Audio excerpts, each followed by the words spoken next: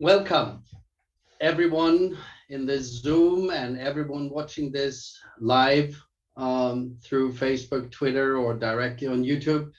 You're all welcome to this fifth and final seminar in the Case for Democracy Week. We have gathered here to get global perspectives on the case for democracy in terms of combating climate change today.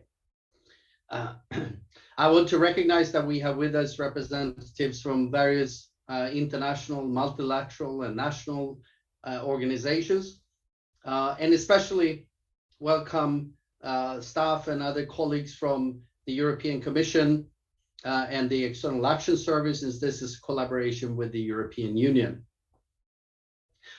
The world is in a wave of autocratization. Democracy is pushed back on a number of fronts across the world. In our latest democracy report from the V-Dem Institute that came out on March 10th, we show that more than a third of the world population now live in countries undergoing autocratization.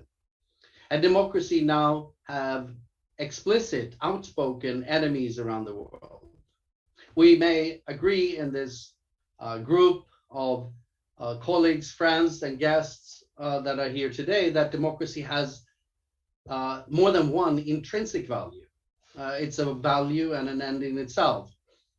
But in the international community, we've heard over the past few years, over and over again, about their need to have a case for democracy, also in terms of its dividends, in terms of in what ways democracies are better for its peoples and for the world than autocracies.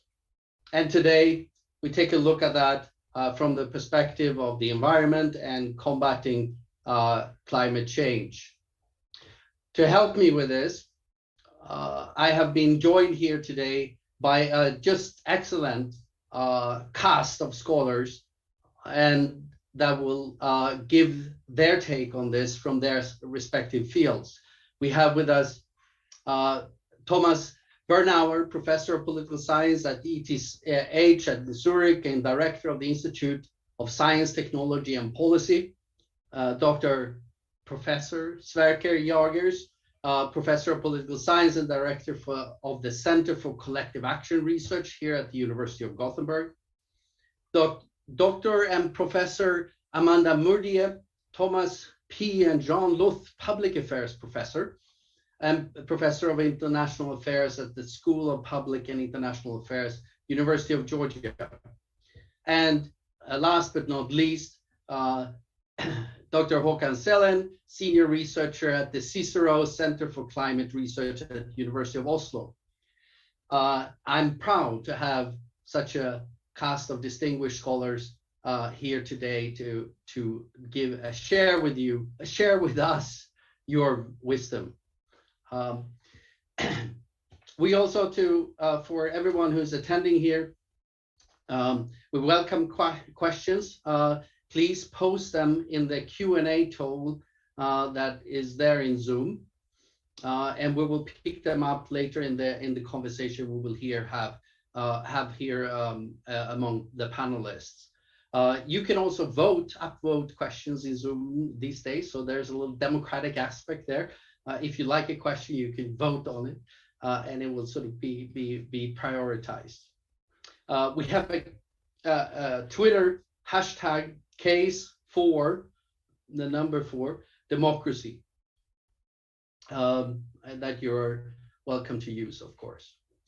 So without further ado, we're going to go in the order of the program, and I'm very honored to first give the floor to Professor Thomas Bernauer. Please.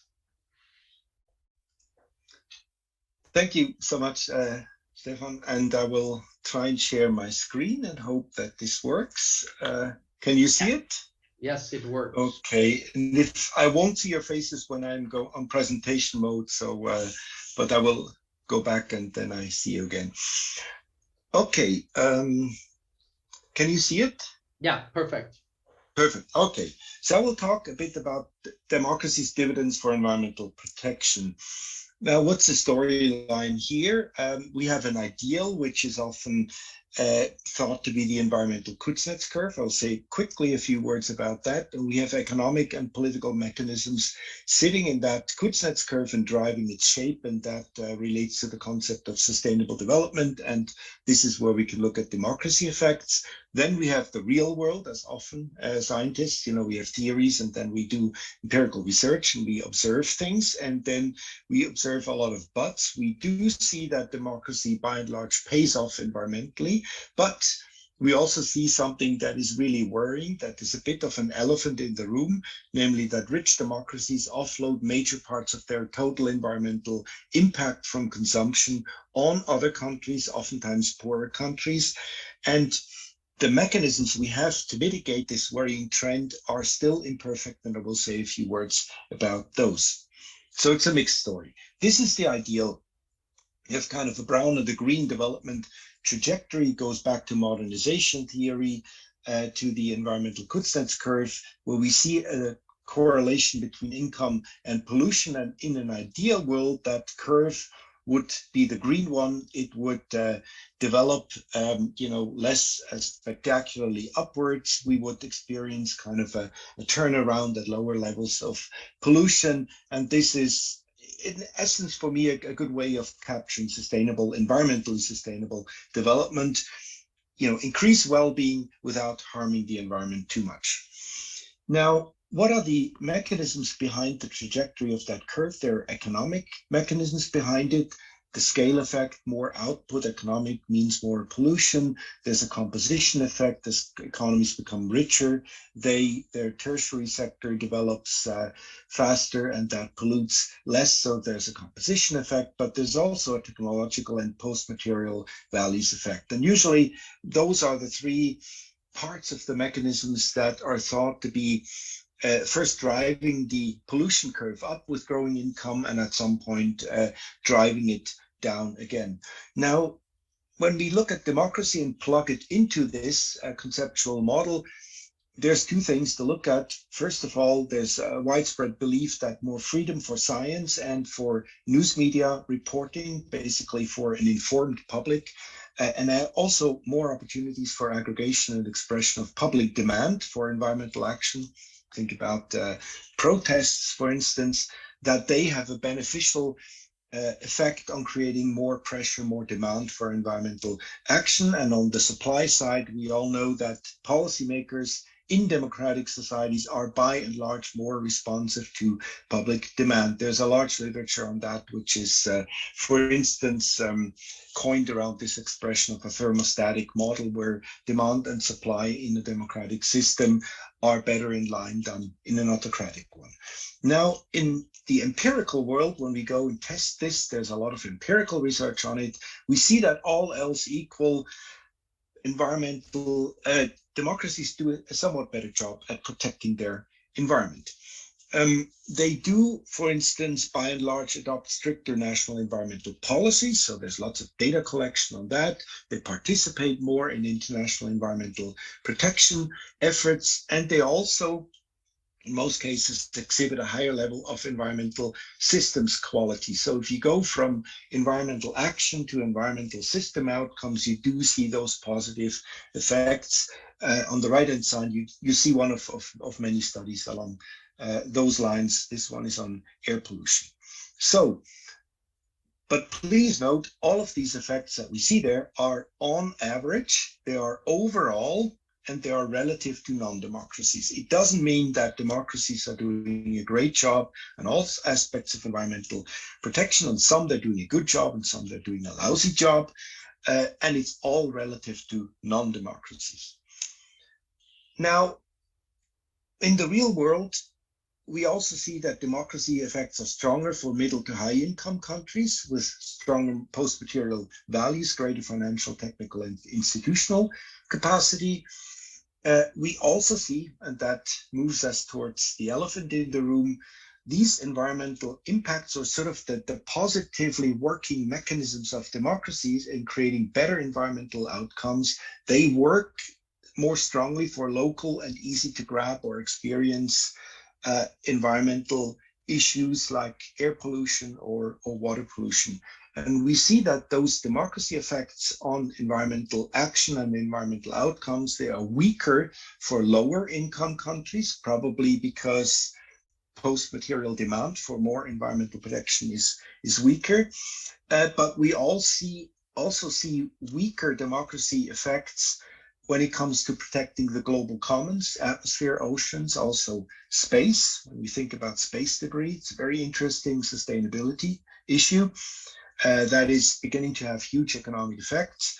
We also see that and this gets us to the elephant, is we see weaker democracy effects when we talk about environmental issues where environmental consumption impacts can be offloaded or offshored to other countries, essentially by relocating production to those countries and importing the goods back into the rich country democracy market. Now, let me give you one example. Rather than blame other countries, I will say something about my own country, where I live now. When we look at greenhouse gas emissions, this is the chart on the right. It's actually something that comes out of our environmental agency, so it's not, conspiracy theories of some environmental activists. It's kind of almost official information. We see that our carbon footprint locally from total food consumption has been slightly decreasing, but the carbon footprint we're causing abroad has been increasing. And rather than achieving, if you look at the starting point, 1996, rather than achieving, a massive reduction of carbon emissions, our total emissions have actually gone up. So Switzerland is harming the world more today than it harmed the world in 1990, which is usually the benchmark for all reduction efforts in the Kyoto and Paris Accords. So this is important because, after all, the purpose of environmental protection for democracies and non-democracies is not just to protect your local environment, it's also to be responsible for the planet as such. And if you think about this, and I'm sure Sverker can say something about Sweden and other rich democracies, the ones that we have looked at now, there is clearly a problem. Democracies are better custodians of their own national environment, but they're even worse custodians of the planet as a whole. How to mitigate this, what to do about this? We've done some work with David Pressberger and Quinn Nguyen and Dennis Golkaba. You see some of it at the bottom. If all potential recipient countries of polluting production would be democracies, this would shield them better, but that's not the case. We have a lot of autocracies, or we have a lot of weak democracies. So democracy itself is not a protector of against insourcing pollution in the global economy through longer supply chains. There's something else. There's some other things that we need. For example, if you think about the new Lieferkettengesetz in the European Union and in Germany, there are also other countries which are adopting voluntary or unilateral government imposed standards. There's a big debate on carbon pricing for imports, which is highly controversial and has been kind of not really tested by countries. We also have efforts to introduce environmental clauses into trade agreements, especially preferential agreements, trade agreements where most of the trade liberalization action is. We also have efforts at greening official development assistance. And we do have some very vague efforts, and that's what I think where the big discussion needs to be, is we need to rethink really what net zero in 2050 means. A lot of countries, including the European Union, have put this high on their agenda. They want to be net zero in 2050. But if we are continuing to outsource production, we may actually achieve that on our territory, but it doesn't mean that we're going to get anywhere close to achieving this for the world. So with this kind of mixed message, I want to end this. So democracy has had very beneficial effects for environmental protection in many areas. But unfortunately, these positive effects have been limited mostly to the national territory of democracies, and rich democracies are by no means better caretakers of the global environment relative to what they do on their national territory. Thank you very much. Oh, thank you so much, Thomas. And thank you for keeping time, but mostly for this excellent summary of a large body of research that you have been involved in. Well, I will love to come back to many questions and things here, but let's first move on among the speakers. And then it's my distinct pleasure to give the floor to Sverker Jaegers, Professor of Political Science at University of Gothenburg. Thank you. I'll try to start this. Hang on.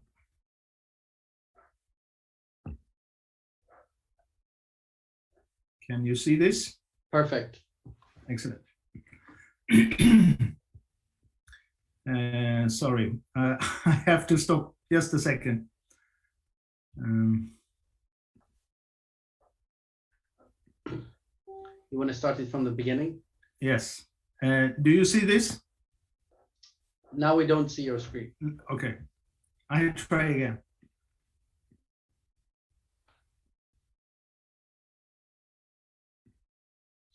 Yes. Yes. Excellent. Well, thank you so much for inviting me and for coming and listen to us here today. I will talk about something related to Thomas. So in a sense, bring his findings a bit further. And I will talk about democracy, trust, and environmental protection.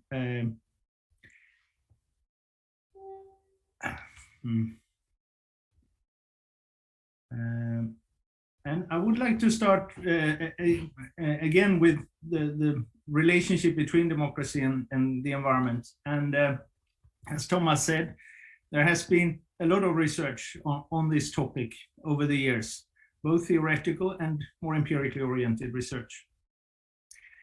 As Thomas said, the research shows mixed results.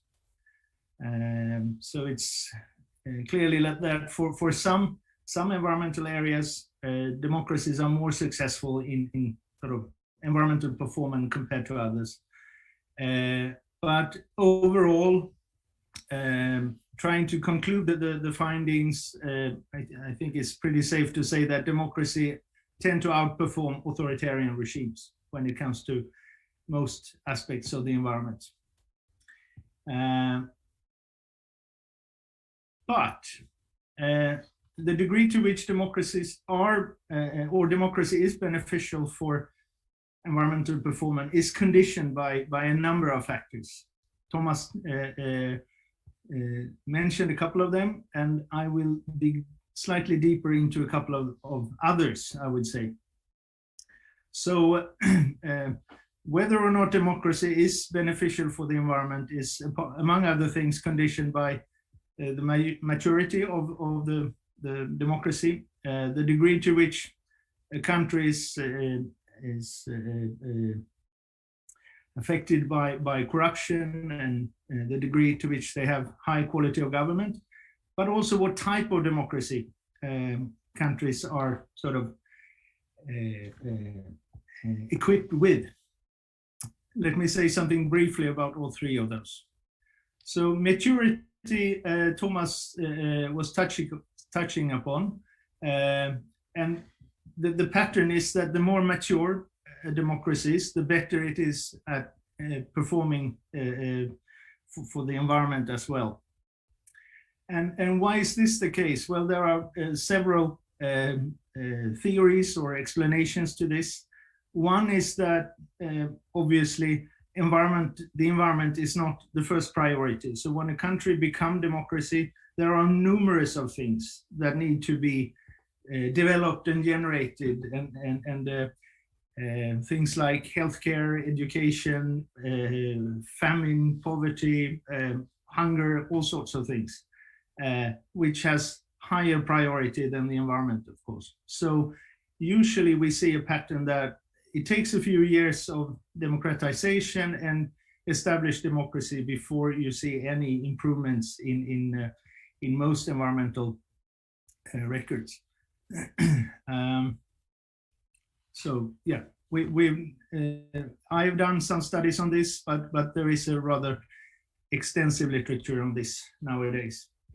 The second factor conditioning the relationship, I said, was corruption and quality of government. And I think this is a very, very important condition, and it has significant policy implications. I will return to why shortly. But basically what we see is that, yes, democracies tend to perform better, but this is conditioned by corruption. So the more corrupt a democracy is, the less well they perform in terms of environmental improvements. And a reason for this, I think, is associated with trust. So a country suffering from corruption leads to low political and institutional trust. And we know, both Thomas and I and many other scholars, that this kind of vertical trust is extremely important for whether or not citizens and other actors in society will both accept policies, but also whether or not they will comply with them. So if you have low level of political institutional trust, you will have usually at least a low level of acceptance for policy measures that would be effective, not the least to combat climate change. And the more these policy measures are connected to the market, the less accepted they are, because with high level of corruption, you have low level in trust in terms of you don't want to have the government involved in anything that has to do with money.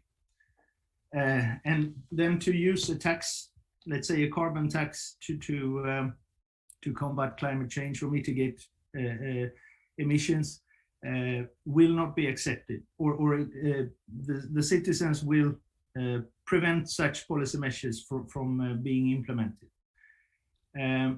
Now this is problematic also more empirically or practically politically. Currently, there are over 50 countries in the world who are planning to implement carbon dioxide taxes. Many of those countries are suffering from high level of corruption. So the probability of managing to actually implement those taxes without risking to have yellow vest movements and riots, it's increasing the more corrupt the countries are. So this is a true challenge to find out how to design a carbon tax that is less sensitive to trust, to vertical trust. We have studied this from various aspects as well, of course, otherwise I wouldn't talk about it here. Finally, I would like to highlight also type of democracy. And this has really been a theoretical debate as of yet. And it has been going on since the environmental issue was first mentioned in the political debate in the 60s. Whether or not democracy is a good political system, but also which type of democracy would be most beneficial for the environment. And this has not been possible to study empirically due to lack of data. So nowadays we have V-Dem, and that actually enables us to start analyzing these questions that for obvious reasons have only been raised theoretically. So I'm very happy for the fact that I'm sharing the department with V-Dem. Usually once you have sort of 4 groups, you can say, in the debate. Some arguing that a minimal democracy or even an expert democracy would be the best for the environment. Some argue that liberal democracy would be beneficial, but mainly most argue that liberal democracy would be bad for the environment. Some, including myself, have argued that a more social liberal egalitarian democracy would be the best, while others, quite many today I would say, argue that deliberative democracy, the more deliberation and the more deliberative components in the democracy, the better for the environment. Of course, no country is a deliberative democracy or a full social liberal democracy. So we are talking about countries with features of these 4 components. And in a smoking hot paper that came out yesterday as a working paper, me and my wonderful, excellent colleague Marina Povitkina at Oslo University, we have basically tested a hypothesis that partly I was part of raising in the late 90s, and it hasn't been possible to test. So we tried to do that in this paper with V-Dem data and with various measures of environmental commitment that countries can have. And what we find is that quite clearly, regardless how we measure this, and I can assure you that Marina has tested everything, both using more V-Dem established indexes for these various types of democracy, but also indices that we have developed to come closer to what is being said in theory. We come to the conclusion that social liberal countries with social liberal features tend to outperform all other types, at least when it comes to environmental commitments. But then, of course, we have all these buts that Thomas brought up, that much of this may be that social liberal democracies are very good at outsourcing their production to other countries, but that's part of another story. Thank you so much for listening. Thank you so much, Sverker. And with the results also from that were published yesterday, that's quite a feat. And I can already see here a lot of intersections between what Thomas presented and what you did, not the least also sort of many, if the extent to which these social liberal democracies are also middle and high income that Thomas find are better. And so on. But and I can also see links to the next speaker, Professor Amanda Murdy, in terms of what makes democracy really be better and why. Please, the floor is yours. Sounds great. Let's see. Can you see the presentation now? Yes. Yes. All right. Excellent. Well, thanks so much for having me, but not only thanks for having me, thanks for producing the V-Dem data set, which allows us to do all of this really fantastic and interesting work. The piece I'm going to be presenting about today is co-authored with Raul Pacheco Vega, and this is a project that just was published in Environmental Politics. So it's free to download. It's open access for the next month if you'd like to download it. So let me talk you through kind of what we did and what we find and how it relates to this idea of democracies kind of making the environment work in certain ways. So to give you a little bit of motivation, Raul and I were both kind of interested in advocacy, and we had both worked in advocacy organizations. And one of the things we were interested in is, when are these organizations successful? So if you think about an organization like Greenpeace India, on its website, like lots of other NGOs, it lists out all of its success stories. So things like stopping coal mining, things like changing nuclear politics. And at the top of Greenpeace India's website, until very recently, which I think is really telling, it says our democratic rights to challenge and question, along with people power, are what helped us to win.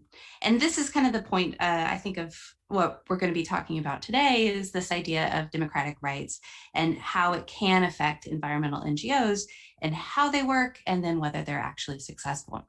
So just to give you kind of the answer in a nutshell, or just to give you the punchline up front, what we find is that advocacy pressure from environmental NGOs like Greenpeace India and a host of other organizations, they're not going to work in all situations. And I think that's maybe a really small point, but a really important point, just to understand that these organizations can't actually function in all situations. So they're necessary, but not sufficient.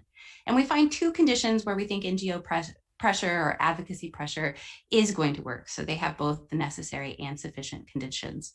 And the first one is when democratic rights are high. And so for this, we actually look at V-Dem's domestic civil liberties index. So things like freedom of association, expression, and then very importantly, especially recently, the treatment of civil society groups. The other sufficient condition that we look at, so you need advocacy pressure, but you also need international vulnerability. And this is also really important right now when we have this kind of backsliding of democracy that's going on, is the vulnerability that domestic leaders had to international pressure, whether that pressure comes from political forces or social forces, that might be decreasing. And so I think this is a happy story in some regards for environmental NGO, but it's also a really cautionary tale for the case for democracy and the case for kind of world order. So our results, as I'll outline them in just a second, they are more robust in non-OECD countries, probably for the reasons that have just been laid out by the two other speakers. So let me walk you through a little bit of our theory and then our results. So the first thing that we did as researchers is we kind of tried to outline all of the things that NGOs can do in this area. And we acknowledge that NGOs are strategic actors. They're going to be choosing the best behaviors that they can, given the actors that they're interacting with at the time. And so they're, the things that you think of NGOs doing are things like lobbying directly, working with governments to change policies, also educational campaigns and capacity building.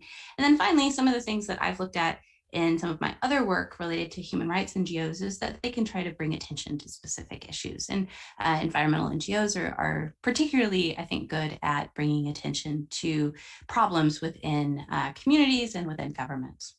So building on kind of our understanding of what environmental NGOs do, we then build this argument about this idea that you need strong lobbying and capacity of NGOs within a country, but that's not sufficient. And so just to work you through kind of our theoretical framework, we first say that you need this capacity to be high. You need NGOs to really be there and to be pressuring governments, but that they're only going to be successful first if they have domestic civil liberties that are present, that enable them to actually perform to the height of their capacity, but also give them access to other groups, other individuals, and leadership in such a ways that they can actually influence outcomes. And then if there's a situation perhaps where they don't have these domestic civil liberties high, there may still be some opportunities to affect change, but that really depends on these strong transnational ties, or this kind of what we call international vulnerability. So this leads to two hypotheses, which I hope by now are perfectly clear. This idea that you need both NGO strength, but also either domestic civil liberties, or you need a country to be incredibly vulnerable to international pressure. So how do we look at this empirically? In the paper that I hope you look at if you're interested in this area, we do a quantitative analysis from 1990 to 2010. We played around with lots of different dependent variables that I think are outlined in the online appendix, but we ended up focusing on CO2 emissions just because this is a very general outcome that lots of different causes that environmental NGOs could be interested in might actually translate into an effect on CO2 emissions.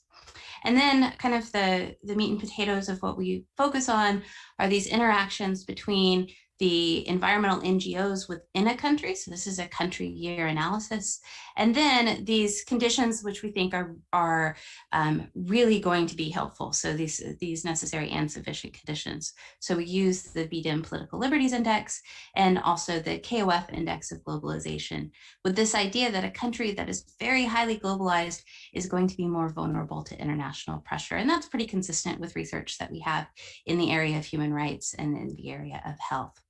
So I won't bore you with a list of regression results with stars and coefficients, but just to say that what we do find is that at very high levels of political civil liberties, so we really have to protect those domestic political rights, that's where you see, especially in non-OECD countries, that we might actually have an effect of environmental NGOs actually leading to a future with fewer or with less CO2 emissions. And that's accounting for the pre-existing levels of CO2 emissions within the country. So what does this apply for the future success of environmental NGOs?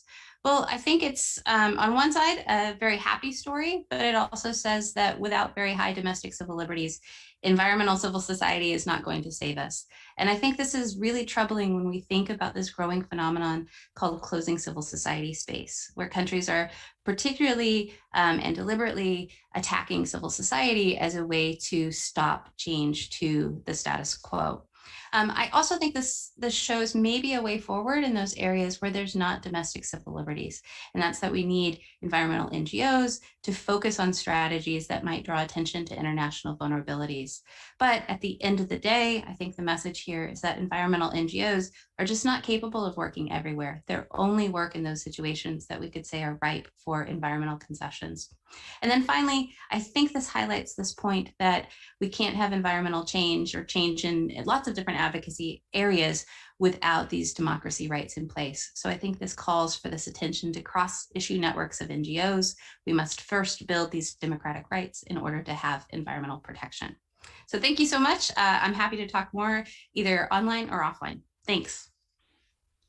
Thank you so much, Amanda, providing this really important piece of the puzzle, I think. I mean, as you mentioned, the shrinking civic space, which is a phrase that the international community, especially the democracy support community, has become very preoccupied with in the last few years. Seeing the general trends in the world is really damaging here in this perspective in terms, and it also, I think, shows sort of was something we can discuss in the later, how an SDG like number 13 is really dependent on other rights and freedoms that we associate with democracy that are found under SDG 16. And as one speaker said yesterday in our webinar, that none of the goals, sustainable development goals, can be achieved without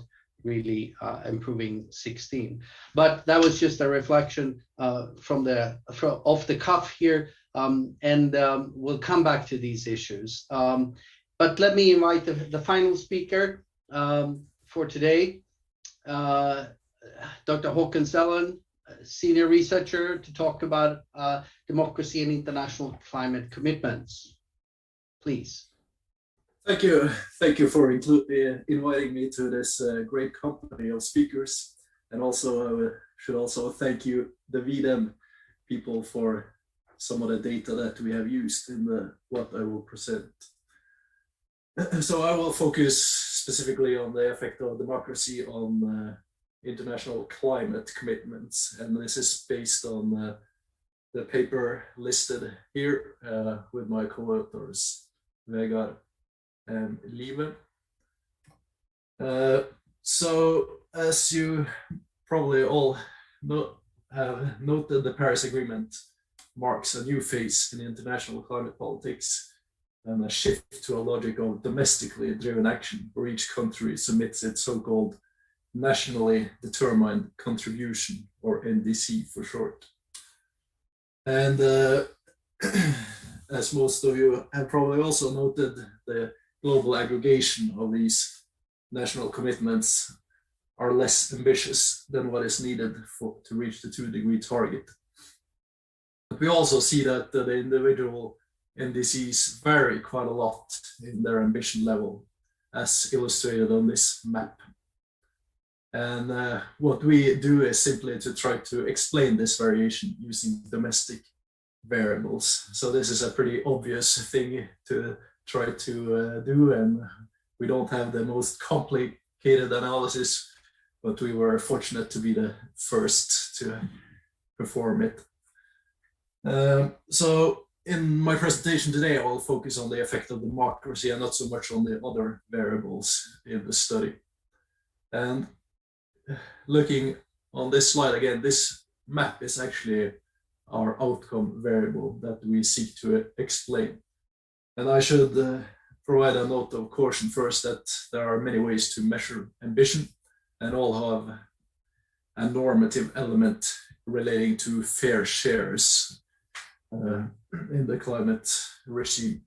But we chose this particular assessment because it incorporates the Paris Agreement's bottom-up principle, and it assesses each country's ambition according to the fairness principle that is most favorable to that country. So it sort of lets each country pick its own fairness principle. And this is from a range of principles that are historical responsibility, capacity, and convergence to equal emissions. As you see on this map, poor countries, especially African countries, generally are assessed to have the highest level of ambition. And this is because rich countries are held to higher standards because of their higher historical responsibility and higher capacity. However, I should point out that the Paris Agreement is based on territorial emissions, so it does not capture what Thomas talked about in terms of exporting emissions to other poorer countries. So climate change is often seen as a hard test for the democratic dividend compared with other environmental issues. This is because climate protection corresponds very closely to a global public good, while democratic processes operate primarily within the domestic sphere. And some scholars have blamed democratic institutions for slowing down climate action, including by fostering short-sighted politicians that cater to special interest groups. And fossil fuel interest groups would be particularly relevant here. And we will sometimes hear the argument that authoritarian regimes can cut through with more ambitious climate policies because of their centralized power, strong control over the policymaking process, and disregard for individual liberties. And China's investment in renewable energy is often used as a case in point. However, if you noticed on the previous slide, there are different views on the climate ambition of China, and in our assessment, it's not particularly ambitious. So, as we have seen, there are also theoretical arguments on for a contrasting effect, a positive effect, that political leaders in democracy have stronger incentive to provide public goods, such as environmental protection, for various reasons as outlined by the previous presenters. And the empirical evidence is that democracies overall have more ambitious environmental policies, as mentioned. So therefore, we expected to find a positive effect also for climate ambition. And indeed, we did find a strongly significant positive effect, as indicated by these regression results. And what's particularly important to note here is that the effect of democracy is conditional on controlling for the effects of the other variables listed. So it's the effect all else being equal. In the maps that I showed, the effect of democracy was not apparent, and it's not apparent if you do a bivariate correlation. And the reason why it emerges here and not in the bivariate relationship is that democracy correlates with the GDP per capita, and GDP per capita here has a negative effect on climate ambition. I wouldn't say it's a causal effect, it's more something we control for, because as noted, the richer countries are held to higher standards in this assessment of climate ambition. So the direct effects of the other variables on climate ambition is, as expected, vulnerability has a positive effect, while coal rents has a negative effect. So that's the net income from coal extraction as a percentage of GDP. And this could indicate that the presence of coal interest groups make it more difficult for policymakers to adopt ambitious climate commitments. So as a sensitivity check, we also tested the relationship with an alternative outcome variable. So that's the climate change performance index, which captures several aspects relating to first, emissions, renewable energy, energy use, and climate policy. And it's partly based on the contents of the NDCs. So note that it includes both commitments as well as outcomes, such as emissions. And it's notable that the positive effect of democracy still holds, because the literature has been less conclusive on policy outcomes than on policy outputs. And this is because, as noted by, for example, Thomas, policy outcomes such as emissions are less directly controlled by policymakers than outputs such as the NDCs, the commitments. However, this is a this is a combined index, so we did not test for the effect of democracy on outcomes in isolation. So in addition to the objective national level variables that showed, we also investigated the effect of individual values among the public, and we used average values in the population based on the World Value Survey. And the first set, and the first set of variables or values that we included is materialist, post-materialist dimension. And this we included because it has been used extensively previously to explain pro-environmental attitudes. Somewhat more unconventional, we also included cosmopolitanism, which is actually the opposite of nativism or nationalism. And we were interested in this variable because it's a defining feature of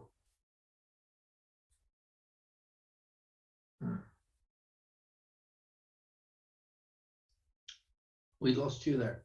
Are you there? Yeah, I'm back. Thank you. Sorry for that. So yeah, we included this because it's nativism is a defining feature of right-wing populism, and another feature of that is authoritarianism. And right-wing populism is seen as both a threat to democracy and a consequence of failing democracy, or a symptom of failing democracy. We did not have a complete measure of right-wing populism available across many countries, but cosmopolitanism captures an important element of it. And the results are interesting that we did not find an effect of post-materialist values, but we did find a strongly significant effect of cosmopolitanism, i.e. a negative effect of nativism. And that indicates that the rise of right-wing populism is a challenge to international climate governance, and it's also consistent with observation that opposition to climate policy is a core part of right-wing populist parties' manifestos, and has also been found among individuals with right-wing populist attitudes. We think this is an interesting relationship for further study. So just to sum up, we found that democracy has a positive effect on climate ambition when controlling for other factors. And the positive effect is also found for a more encompassing measure of climate performance. And lastly, there's an indication that right-wing populist values have a negative effect. And further research should investigate this relationship. Thank you for listening. Thank you so much, Håkon. And now I would like to first invite speakers for a round of drawing parallels, conclusions, interactions from your various studies. And I was thinking first of Thomas. You provided this fantastic panorama of the big issue that we are here to discuss, democracy and combating climate change. And then you saw Sverker dig into that sort of demand and supply and complicating or making it sort of more complex for saying throwing in corruption and trust, maturity you already talked about, but also type of democracy as additional conditions for when that relationship seems to hold. And Amanda, of course, with the conditions for NGOs, environmental NGOs, to be able to push governments and create that demand, right? And the role of civil liberties and so on there. And Håkon, with this specific in-depth on your second point with the international commitments and giving us also here a warning on the possible role that the growing populism or anti-pluralism in the world could play. These were my thoughts when I thought, what do you say, Thomas? If we go to Thomas first, and then I'll ask Sverker, Amanda, and Håkon to also come in.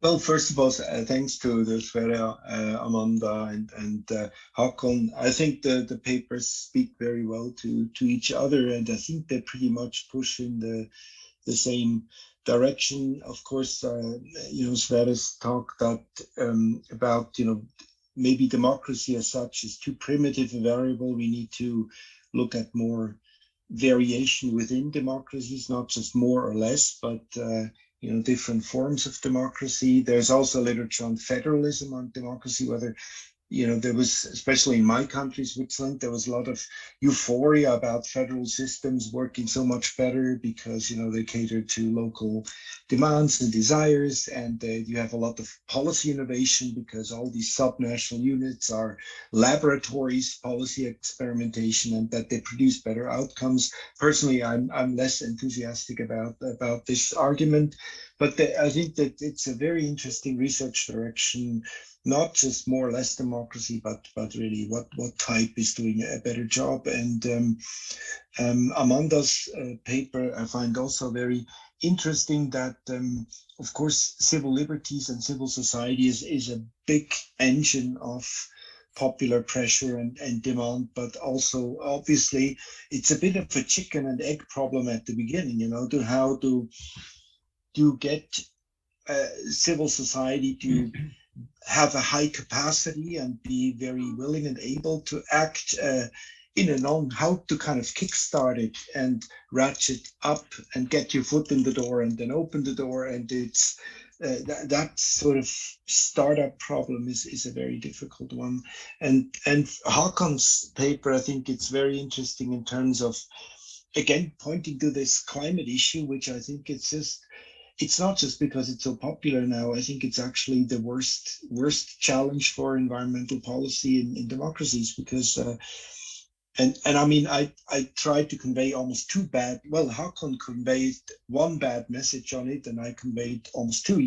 Håkon, you said basically democracies are more likely to take action. There's a positive effect, but, do they actually reduce their emissions more? And basically, I was slamming one bad message on top of that, saying if you take into account consumption-based emissions, actually the sign should be negative in the equation. I mean, democracies at least the countries I know of are doing worse. And we understand the theory why this is, because, and I think it has to do that rich people in democratic societies want to have the cake and eat it.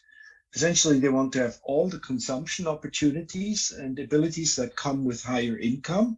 They want to have the freedom not only to participate politically, they want to have the freedom to consume and thereby to pollute, but they don't want to pollute their own mess, they want to pollute somebody else. And this is why we externalize carbon emissions to the atmosphere, to everyone, but we also externalize them to specific other countries through global supply chains. And I don't think this is like a mean deliberate process. We are not deliberately trying to harm others. So, but it's implicit in the structure. So this is, for me, in a way, I think we're not only supposed to say that democracy is fantastic and, you know, solves all problems. I think we're also to point to, this is for me is a bit the dark side of democracy. This that I think we do not really, the best of all worlds. I think, you know, Håkon's point, where really emission reductions are going to follow climate action, and so we are probably moving in that direction. But so far, the consumption-based emissions are probably almost outpacing so basically they're offsetting the thing we're doing good in our territory. They're almost offsetting that, and the balance, at least in the Swiss case, is negative. We are doing more harm to the world now than climate-wise than we're doing in 1990, and this is quite depressing. I'll stop rambling on. No, but I think it's important, and you point to, you call it the dark side of democracy, but I mean that demand and supply. There's that. I mean, political science, at least, we call it not in my backyard problem, right? And politicians can be sensitive to that too, if NGOs don't help us. But let me ask first, Sverker, what your thoughts were here on the sort of the panel. I think, first of all, I really like the order of the presentations, because what I talked about very much connected to Thomas' presentation. So I think I have less to say there, but I mean, usually most of my research is more oriented towards policies and how to policy design to create behavioral change. I think both the latter two presentations really gave me a lot to think about. When it comes to Amanda's study, and I really like this, the idea of the importance of democratic rights as a prerequisite for development of NGOs and the possibilities for NGOs to react on environmental issues. I was wondering there if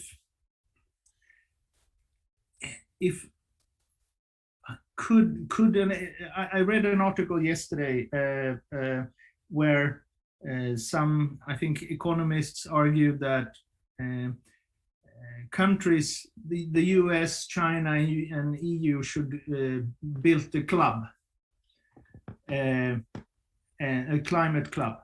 And I mean, the club literature is just exploding at the moment, both international clubs, but also clubs with corporates and so forth.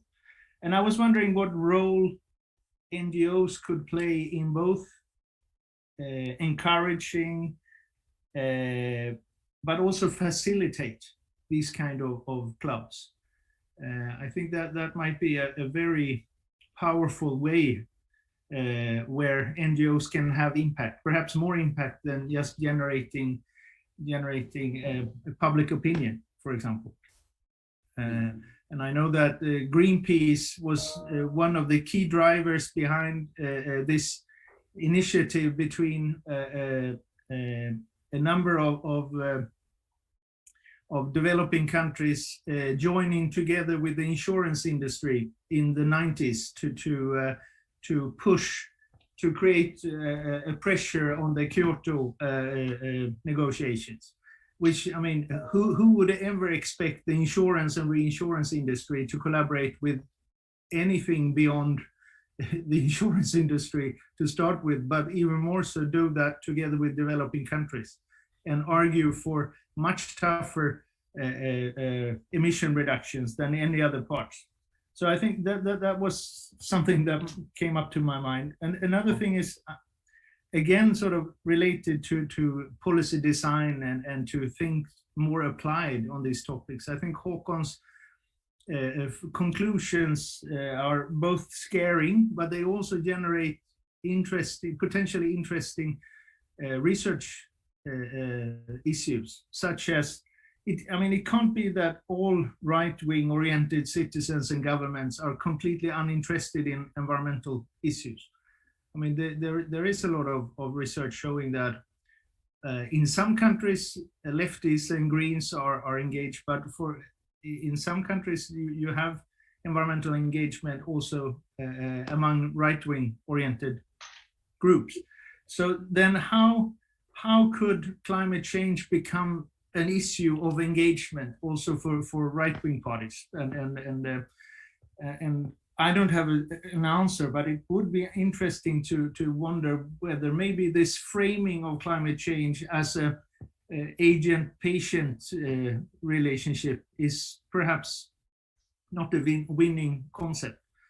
Because I can imagine that right-wing people are less engaged in sort of these sweet and soft and poor them and bad us rhetoric. And maybe if climate change was framed more as a security issue or could engage other parties as well in the climate change issue. Oh, thank you. We also have some really great questions in the Q&A that I will get us Sorry to for taking very so much soon, time. but I'm sorry. no.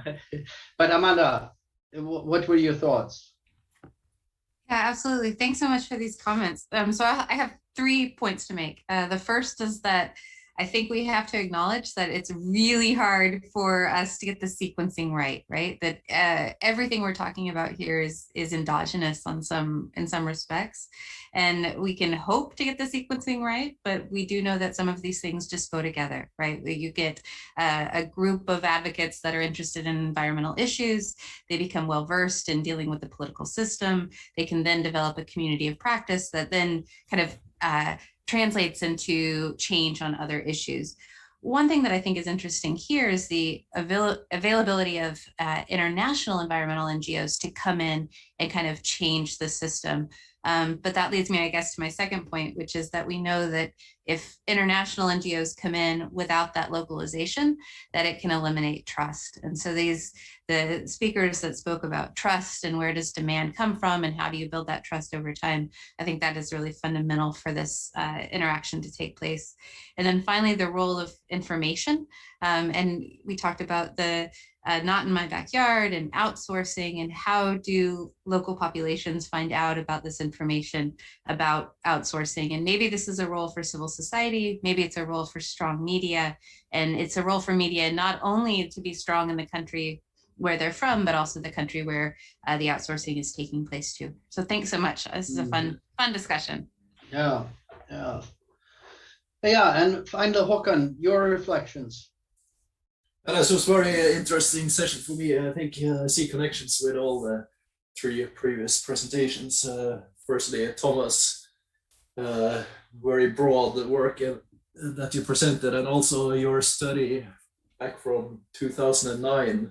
An international organization was an important inspiration for our work, where you looked at the climate commitments at that point in time.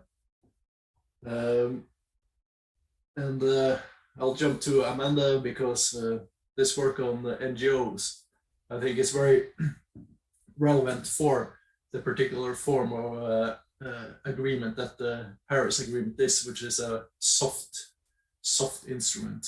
And a natural question to ask is, why should countries comply with what they have committed to in this type of agreement? And one theory for why that could be, why a soft agreement like the Paris Agreement could work is because of domestic pressure from, in particular, NGOs. So I think this work on NGOs is very important for the next step from the commitments to the implementation. And then Sverker, you raised several interesting points in relation to right-wing populism. And I think your work that you did not present here, that goes more on public attitudes to policy instruments, is also very relevant to understand what drives opposition, in this case, more than support, but opposition to climate policies. And I think that's really the key question for further work on right-wing populism, is to try to understand why they are opposed to climate policies. And there are two hypotheses in the literature for it. One is based on structural variables, so it's more the disenfranchised and based on the poor and with low education. They see climate change policy as an economic threat to themselves. So it's based on self-interest, whereas the other competing hypothesis is more based on identity politics and ideology and values, and it sees right-wing populist opposition to climate policies more as kind of like a backlash or objection to cosmopolitan elites who engage in, who prioritize international commitments, or this feel-good or this altruistic, politically correct thing to do, as Sverker also touched upon.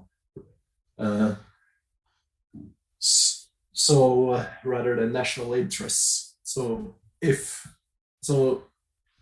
based on which of those explanations one believes in, the policy implications are quite different. If it's more the structural variables, then you need to sort of engage with, make policies that don't hurt those that are already disenfranchised. But if it's more on ideological issues, then perhaps this framing that Sverker touched upon could be more influential, framing it more as a national interest or security interest than just a altruistic cosmopolitan issue. So thank you, and let me then turn to a couple of the questions that we have in the Q&A, and also with a view towards the much of the audience who are maybe in a democracy support community. There are two questions. So we have Johan Schar but also Christopher Grady from USAID asking about democratization. Are we sure that people in democratizing countries will begin to demanding environmental policies? Do we have evidence that environmental policies improve as democratization occurs, not only that good democracies are better? Or is it possible that the effect that we're seeing is driven by that we have these good democracies that care a lot about environmental protection?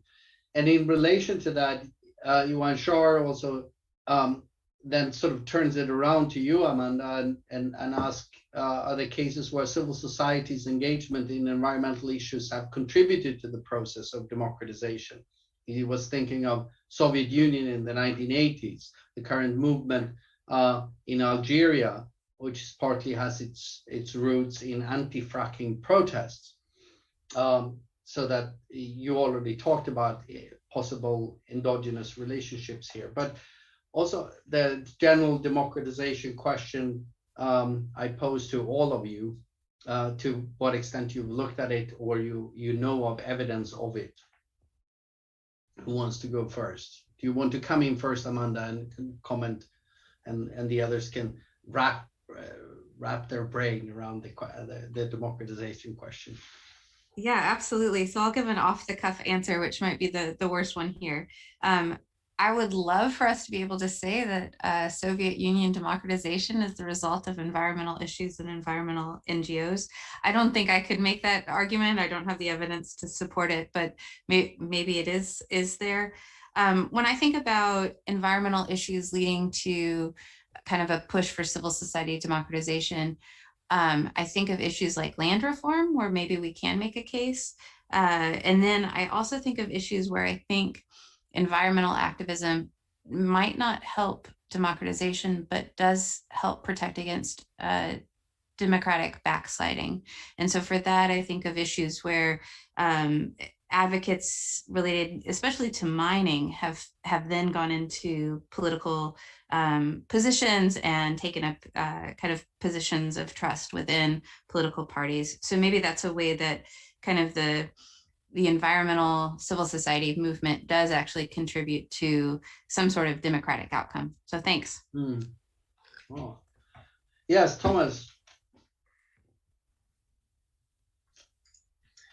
Yeah, I think it's a super interesting question about democratization. Of course, we have countries that democratize from different income levels on, like the Soviet Union was kind of a middle level income country, whereas other countries are starting from a much lower income level.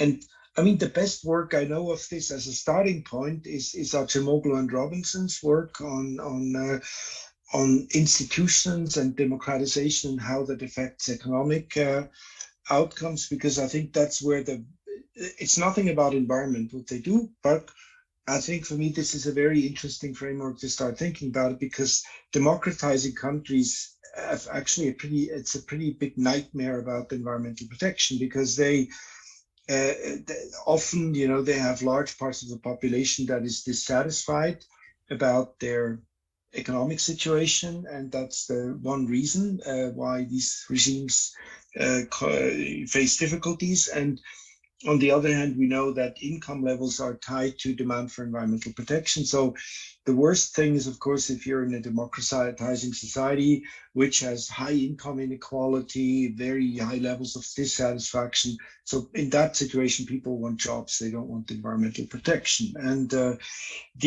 what may actually help there, Gabriele Spilker has done some good work on this. One article in the British Journal of Political Science, where she looks at how the embeddedness, and that's maybe a more specific response to a practical question, how well these democratizing societies are embedded in international institutions, environmental and others, may actually there be helpful, because that opens spaces for new know-how in civil society and others, and can actually help get these countries out of this conundrum where they are trying to democratize. They are facing huge economic crisis, and those are the situations where anybody who wants something environment is, you're dead on arrival.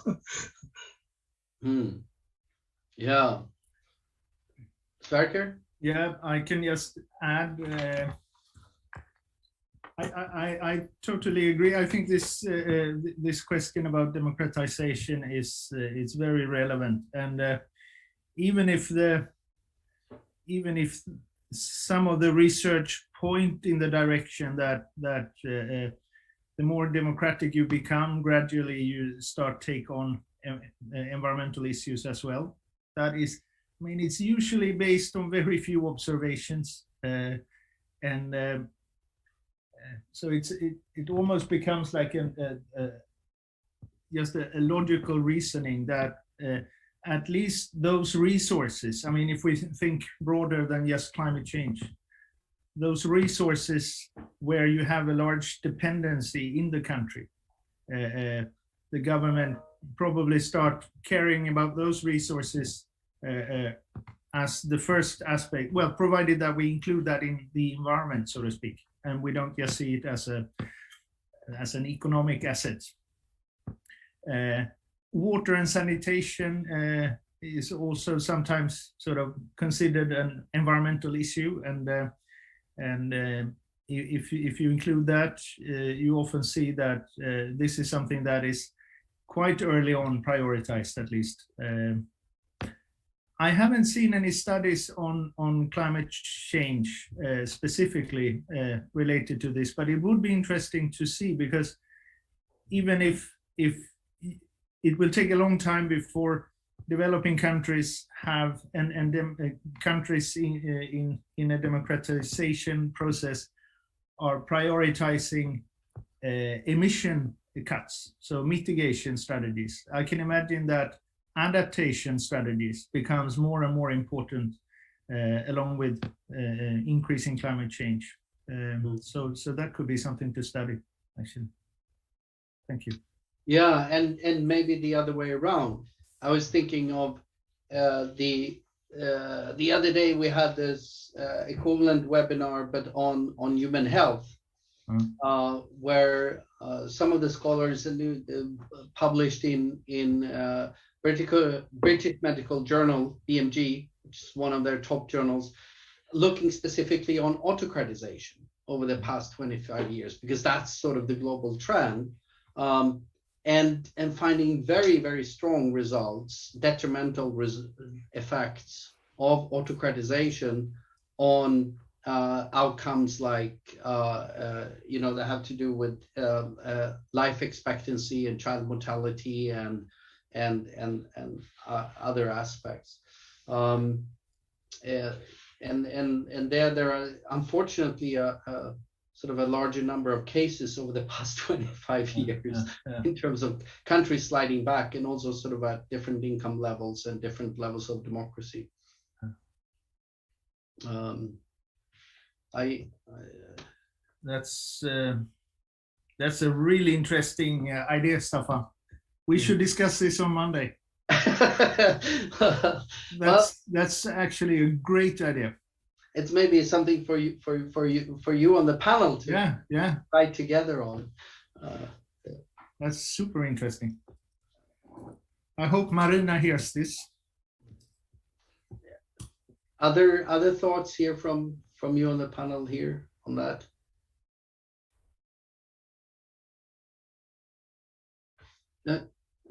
Okay. I think Nahid Gorai has a question for Håkan. Yes, we do have additional questions. I just wanted to make sure that if Thomas or Amanda or Håkan wanted to say something more here before we move on, then please. Sorry. No? Sure. Okay. Good. So we have two more questions here, and let me look. So we also have colleagues from International IDEA. Marilyn Nevin asked, research to define any conditions for a conducive environment for a higher climate ambitions is very interesting. Many elements relate to democracy, and speakers already hinted at several ones. She suggests other flourishing youth movements and more or less stable economic situation, presence level of investment in fact-checking initiatives, and so on. So feel free to comment on that. We also have Nahid Goraya from Punjab University in Pakistan. Especially for Håkan, do you think solving climate change largely depends on political leadership and on, or citizens embracing the need for change, and not merely by abandoning or embracing democracy? So, and Håkan, do you want to start? Yeah, I think if I understand correctly the question, I would say that definitely combating climate change depends on many processes, and it's not given that embracing democracy is sufficient for combating climate change. It's definitely so. If challenge definitely remains even in democracies. And as one thing I would like to point out, which also goes a little bit back to the first question, is that in our data we find that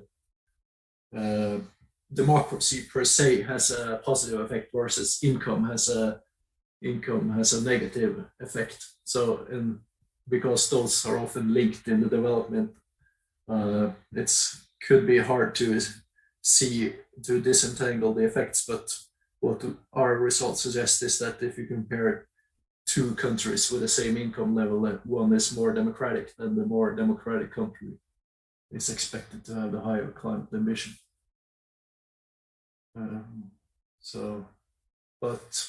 Certainly, I think if you look at these metrics that we have used, there are very few countries that have ambition that is high enough to reach the 2-degree target, for example. So there's definitely challenges remaining.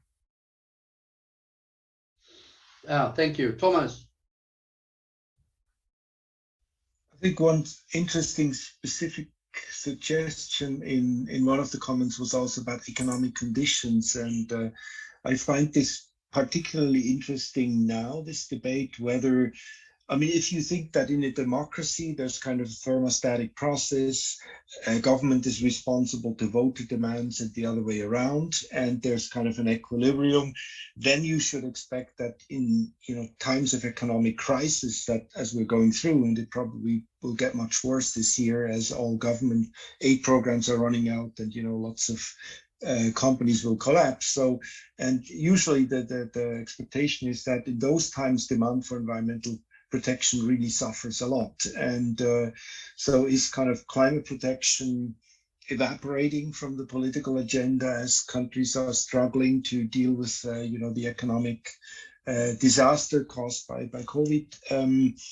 I mean, of course, we cannot know, it's speculation, but there's interesting research showing that this has not happened in the past. So I do not have a response, but it seems that in democratic countries, there's kind of a consensus building on environmental ambitions, and then all kinds of policies get locked in.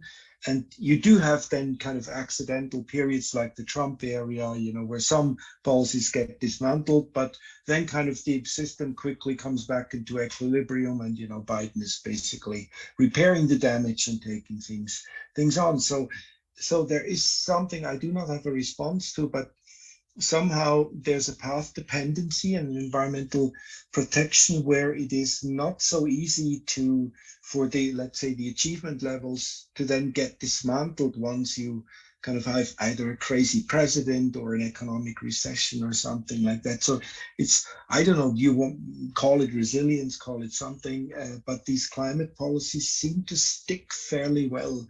Also, we did some research on public opinion in this regard, whether public demand for environmental protection suffers when the economy goes down, and we do not find evidence. So I find this, I mean, it's raising more questions than an answer, but there seems to be something positive about democratic systems that I'm not sure I understand the mechanisms. It's maybe in addition to, because there was one issue about, yes, there are additional factors that are driving, policy outcomes. I know some people would critique me for this, but as a democracy scholar, I love that you called the Trump area an accident. But it's maybe quickly we can touch upon, before we wrap up with final things, quickly touch upon, and maybe Sverker or Amanda, Christopher Grady also asked if do we have any evidence that if democracies are generally more sensitive to international norms than non-democracies, when in the and I take it to be in the environmental protection area. No? I think that's more for Amanda to answer. It's beyond the scope of my knowledge. Sure, absolutely. So there's a growing, it's almost like a cottage industry of great pieces where they're looking at survey experiments where they have the same kind of survey conditions, and then they ask the treatment group, this violates international law. What does that mean for you? Would you support your countries going along with this? And my understanding is a lot of this research, together with kind of observational research that went before, does indicate that people in democracies are more likely to support international norms, with some caveats, including the country that I'm presenting from, the US, which is often a very much an outlier when it comes to international law. And just briefly to touch on the earlier question about youth movements, I think that's a really interesting thing for us to focus on. I would be interested in the nature of the youth movement and its engagement with nonviolent methods versus violent ways of pushing an agenda, and what that means for future environmental success. So thank you. Well, being in the country of Greta, of course, believe in the youth movement. Yes, Sverker, quickly. Yeah, yes, on the youth movement. So we actually had the opportunity to study the Swedish public opinion before the Greta movement and after. And we had high expectations to see various attitude changes along various lines, and we hardly find any effects at all. This might be an ABBA effect that we usually call it.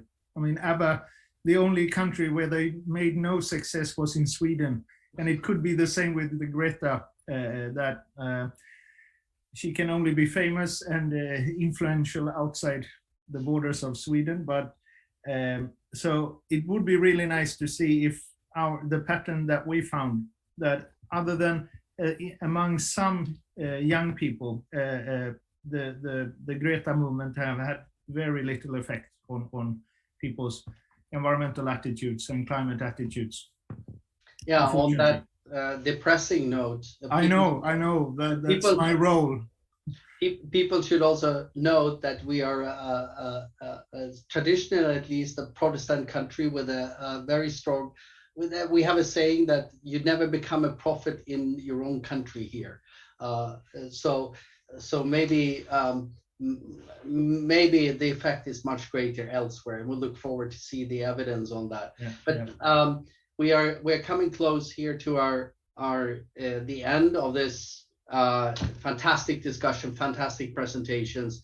I'm really grateful that you agreed to join us here, and I hope you will also want to be part if we take this work further, which I think is really important. There is, if I conclude, for our audience, there is a clear evidence that democracies perform better when it comes to combating climate change than do autocracies. There are qualifications to that in terms of outsourcing, that especially high-income democracies tend to outsource, and that is an issue.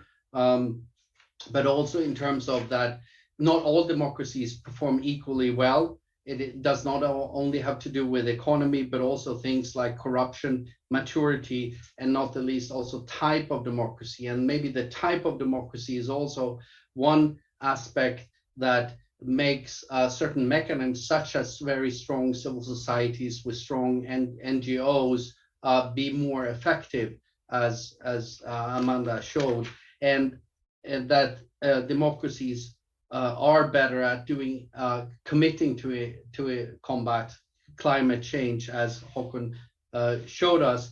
But there are threats in the current wave of autocratization that is largely driven by I wouldn't call them nationalists, but populist only. I don't think that's the issue. I think that they're nationalist, reactionary, and across from Modi in India to Erdogan in Turkey and Trump in the United States, and that is a challenge. Thank you so much, all of you, and thank you, the audience. And let me also thank Vanessa Buese, who organizes this with me, who is really pulling the strings behind the scenes for much of this, together with Natalia Nazika, Nazifa Alizada, organized And thank you also to everyone else who's helped with this, including the European Union, for your support. On that note, let me again say thank you to the panelists, thank you to the audience. A wonderful event today. Thank you. Bye-bye. Bye. Cheers.